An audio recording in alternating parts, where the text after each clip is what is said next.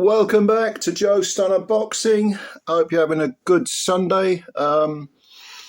Let's talk about the aftermath of last night's big heavyweight domestic dust-up between Dave Allen and Johnny Fisher. As I'm sure you know, look at my hair sticking out. I look like Keith Flint.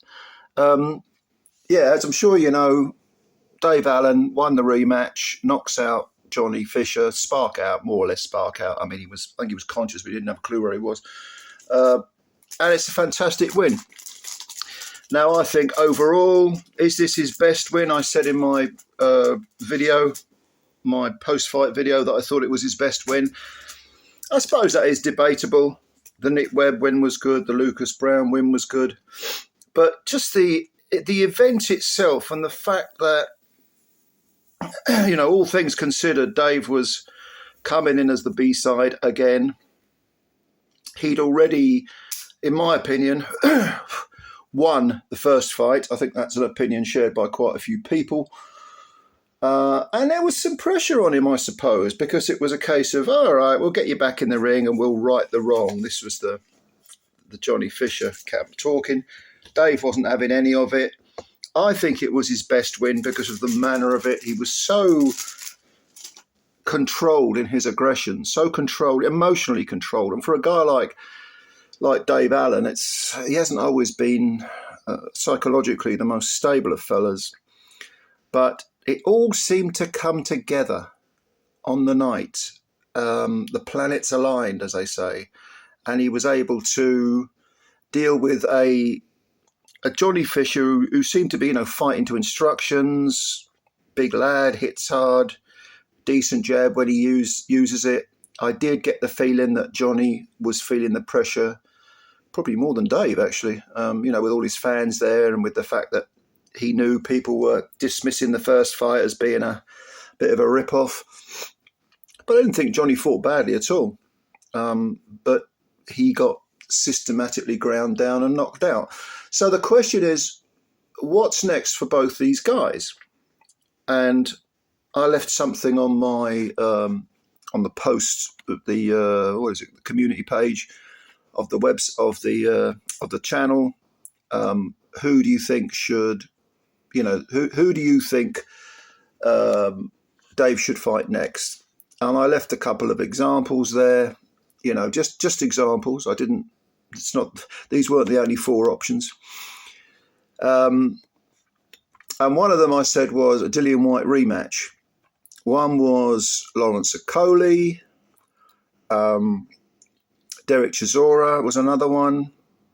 And then the winner of David Adeleye versus Jamie TKV, which they're going to fight again for the British title because there was some controversy in that fight as well at the end when Adeleye seemed to hit TKV on the break and Jamie got stopped. So they're having a fight again, a rematch. That was for the vacant title, British title. Now they're going to rematch. Of those four options, 48% said they wanted Dave Allen to fight the winner of Adeleye and Jamie TKV.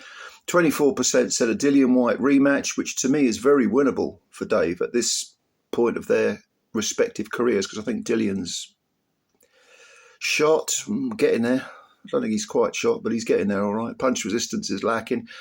21% said Derek Chisora and 7% said Lawrence Okolie. There were a few other names mentioned. Some of them, someone said Andy Ruiz. I don't really agree with that one, to be honest. One guy said, the biggest purse available. Yeah, I hope Dave gets a big fat paycheck. Richard Riakporhe was mentioned. Yeah, not bad. Makhmadov, that was a strange one, but yeah, I'll go with that. But the point is, Dave now has options. And even though he fully acknowledges that he's not going to be a world champion or he's not that good enough, he has said, well, I don't think I'm British title level. Well, I beg to differ. I think Dave Allen is British title level. And I think he's kind of put himself down too much. And some people, it's not a false modesty, but it's an unwarranted modesty. It's a modesty where you think, well, actually, you're better than you think you are. I think Eddie Hearn said something like this post-fight yesterday. He said, this guy can fight. I've always known he can fight. And I think so. I mean, is he world class? No, but, if this guy had really dedicated himself and got himself together, he could certainly have beaten Lenroy Thomas for the Commonwealth belt all those years ago. And he could have been an EBU champ. He certainly could have been a British champ. But the WBA Intercontinental thing he won yesterday was the first belt he's ever held, which it seems unusual to me that someone of that ability had to wait all that time just to win a belt. Dave Allen's a good fighter, So I think he can. I don't want him put in there as fodder for an up-and-comer like an Atauma, because I think Dave deserves better than that. I think his career should now be managed correctly, and he should be given opportunities where he can actually build, rather than just, here's a sum of money, get knocked out or outpointed and become a gatekeeper, become a journeyman or whatever. No, bollocks to that. He's 33 years old, Dave Allen, and he's got enough ability to progress and win titles. Maybe not world titles, but he could pick up the Commonwealth, maybe work towards the EBU, the British, you know what I mean? The English even. I mean, certainly he could win the English, Christ. So, yeah, I hope his career is managed with ambition and not just with the idea that he's going to be cashed in short term, even though, of course, I want Dave Allen to earn as much money as possible from this sort of rebirth, I suppose, because he deserves it. He's taken short notice fights against world-class fighters and got the crap beaten out of him, and he deserves it. He really does deserve it. And he is, again, he's better than he seems to think he is. Now, for Johnny Fisher, it's a little bit different because, let's be honest now, Johnny is 26 years old. And, all right, he started late. I think he only had, I don't know how many amateur bouts he had, but it wasn't many. And he's been... I don't even think the word is exposed, because I never thought of Johnny Fisher as being anything. I never expected him to be anything more than English level. If he won a British title, I think that would be a good achievement for Johnny.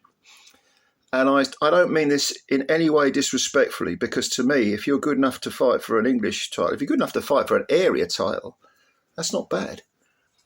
Most fighters, I know fighters that have won area titles, and they're delighted with it. They got them in a case at home, and all this sort of stuff.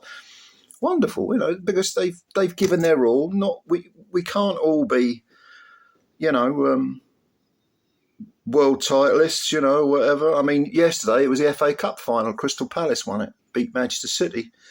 Manchester City, it's an FA Cup final, whatever. Man, for Crystal Palace players, that's probably, for a lot of them, that's going to be the high point of their career, as it should be, because the FA Cup is a big deal. You ask most professional footballers, would you like to play an FA Cup final? Would you like to win it? They'll go, fucking hell, yeah. We can't all be Manchester City, Liverpool, Arsenal, whatever. And it's the same with boxers. Win an English title, win a British title, yeah, like Curtis Woodhouse turned pro, having been a professional footballer, he turned pro, and he ended up winning a British title. You tell him that the British title doesn't matter, of course it does. So for Johnny Fisher, coming back now, having been, destroyed by Dave Allen, he's now got to decide, what do I want to do? Because to me, I never bought into the idea of, his potentially world level or even really European level. But if he wants to win, I mean, he's already been an area champ, which is fine. He's been area champ. If he wants to maybe go for the English title next, or, build his way into the English title, and then get more experience, fight different guys, get more rounds under his belt.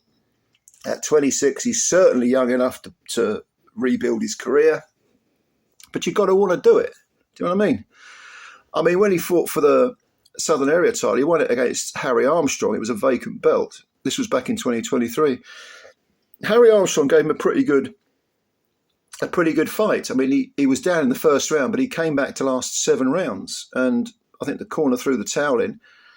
Harry Armstrong, at the time I think it was five wins, 1 draw, 1 defeat, but area level heavyweight, gave Johnny a good fight. Yeah, okay, so maybe Johnny should have looked at them. Okay, let's go for the English now. When Solomon Dacres had held the English, I mean, I think Adeleye won it, didn't he? And then Adeleye knocked out Solomon Dacres in a round, and then beat Jamie TKV for the British in that very controversial fight. But go after the English title. Do you know what I mean? You don't have to.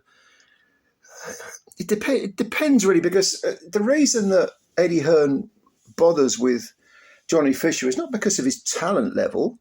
It's because he sells a shit ton of tickets.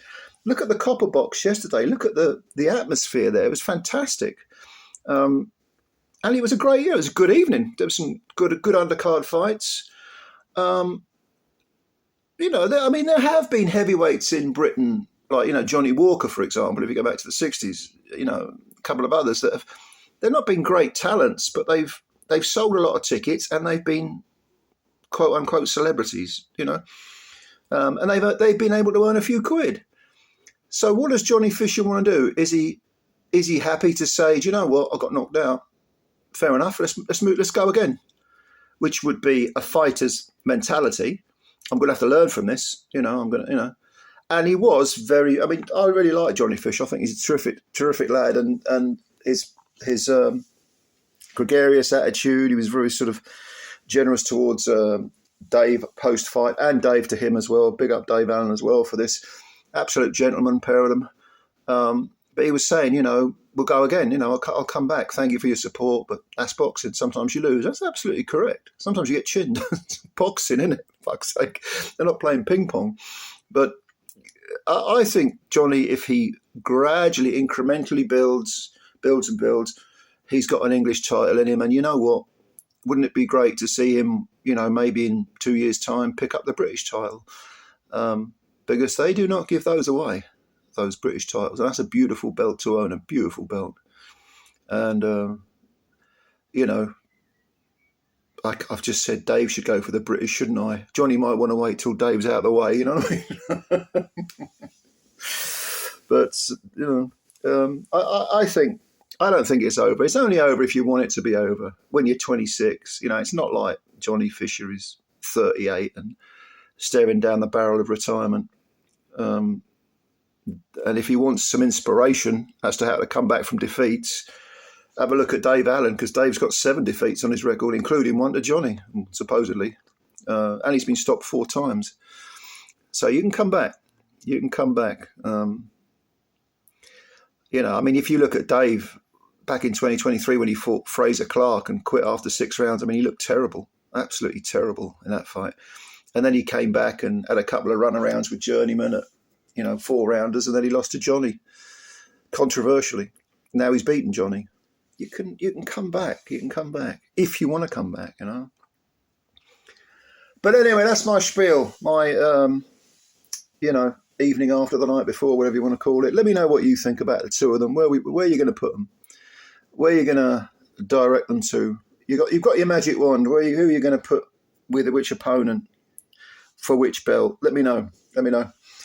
Thanks for watching anyway. And if you like this video, please hit the like button. Takes a second, costs you nothing, and also subscribe to the channel. I'd appreciate that too. And yeah, enjoy the rest of your Sunday. We will meet again sometime. Until then, take care. Bye for now.